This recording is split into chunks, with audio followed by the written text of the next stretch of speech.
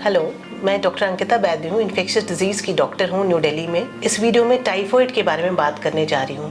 बड़ी आम बीमारी है, बहुत कॉमनली हम सब जानते हैं कि एक बैक्टीरिया का इन्फेक्शन होता है जो खाने पीने से फैलता है, जिसे हम टाइफॉइड या एंट्रिक फीवर कहते हैं। गर्मियों के दिनों में बहुत कॉमनली एज ए डॉक्टर हम देखते हैं कि लोगों को टाइफॉइड हो रहा होता है। बहुत बारी मिसडाइग्नोज भी होता है कि कुछ और बीमारी है और ये एंटीबॉडी का टेस्ट कर लेते हैं जो विडाल या टाइफिडॉट हम कहते हैं, और उससे कहते हैं कि टाइफॉइड पॉजिटिव है, बट कभी कभी ये कुछ और ही बीमारी निकल के आती है। तो डॉक्टरी सलाह बहुत ज़रूरी है ये समझना कि टाइफॉइड है या टाइफॉइड नहीं। इसके अपने लक्षण होते हैं टाइफॉइड के, डिपेंड करता है कि इसके लक्षण बड़ों के हैं या बच्चों के। तो ज़्यादातर बड़ों में जो हम लक्षण देखते हैं, तेज़ बुखार आना। यूजुअली ऐसा होता है कि शुरुआती दिनों में बुखार हल्का कम होता है, 1-2 दिन बाद बढ़ने लगता है, तेज बुखार आता है, ठंड लग के आता है, दिन में बहुत बार आता है। और नॉर्मल जो हम पैरासीटामोल की गोली की बात करते हैं बुखार उतारने के लिए, पूरी तरह से बुखार नहीं उतरता है पैरासीटामोल से।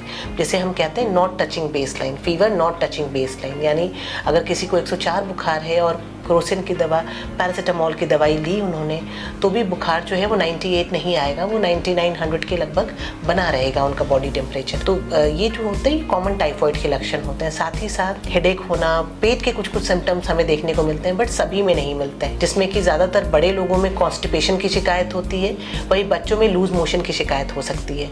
पेट भारी भारी लगना, उल्टी जैसा फील होना, नोजिया या वॉमिटिंग होना, ये सिम्टम्स भी हो सकते हैं, बट हमेशा सब में नहीं दिखते हैं। तो टाइफॉइड जो होता है या एंट्रिक फीवर बहुत ही कॉमनली मिसलीडिंग बीमारी है, बहुत ज़्यादा छुपा रहता है, हमेशा पता नहीं चल पाता है हमेशा, क्योंकि ब्लड कल्चर से पहले क्या होता है, ज़्यादातर लोग कुछ ना कुछ एंटीबायोटिक ले लेते हैं क्योंकि तेज़ बुखार आ रहा होता है, और फिर ब्लड कल्चर जो टाइफॉइड का डेफिनेट डायग्नोस्टिक टेस्ट होता है वो नेगेटिव आ जाता है। तो इससे हम कंफर्म नहीं कर पाते। हाँ, बट लक्षण है, एंटीबॉडी के दूसरे टेस्ट होते हैं, वो कंफर्म करता है कि टाइफॉइड है। और वो जो इनकी ड्रग्स होती हैं, जो टाइफॉइड में जो हम मेडिसिन देते हैं, अगर मैं उसकी बात करूँ तो इसमें हम जो डोजेस जाती है वो थोड़े हाई डोजेस पे जाती है, नॉर्मल डोज से एंटीबायोटिक लंबी जाती है, और प्रेफर करते हैं कि हम इंजेक्शन से दें।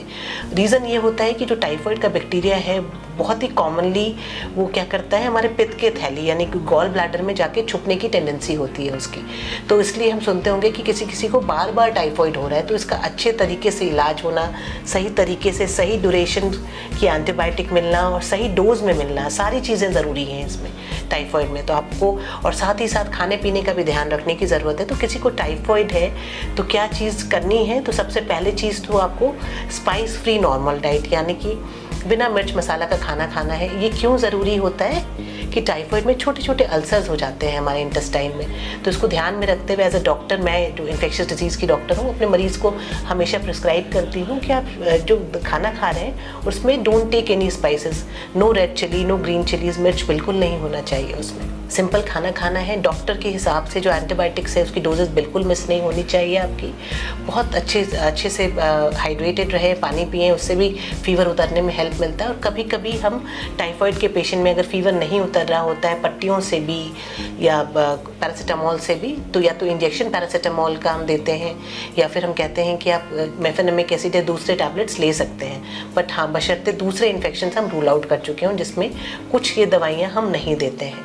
तो जो भी अगर आपको कोई बताता है कि आपको टाइफॉइड की प्रॉब्लम है तो ज़रूर अपने डॉक्टर से सलाह लें, स्पेशलिस्ट से सलाह लें, क्योंकि मैं as a infectious disease doctor बहुत कॉमनली देखती हूँ कि लोग मिसडाइग्नोज होकर आते हैं कि टाइफॉइड, और काफ़ी महीनों से इलाज करा रहे होते हैं टाइफॉइड का, जबकि वो कोई और ही बीमारी निकलती है। और कभी कभी ऐसा होता है कि किसी और बीमारी का करा रहे होते हैं, वो टाइफॉइड निकलता है। तो सही डॉक्टर से, सही स्पेशलिस्ट से मिलना बहुत ज़रूरी है, क्योंकि टाइफॉइड हमारे देश में काफ़ी कॉमन है, खाने पीने से फैलता है। और साथ ही साथ इसका जो ड्यूरेशन होता है इन्फेक्शन का, वो 7 से 14 दिन का इंक्यूबेशन पीरियड है। यानी कि अगर किसी को ये बैक्टीरिया आया है बॉडी में तो हो सकता है 1 हफ्ते या 2 हफ्ते पहले उन्होंने कुछ खाया हो, उसके कारण आया हो। तो ऐसा बिल्कुल नहीं होता है कि 1-2 दिन पहले कुछ खाया, पेट खराब हो गया और टाइफॉइड हो गया।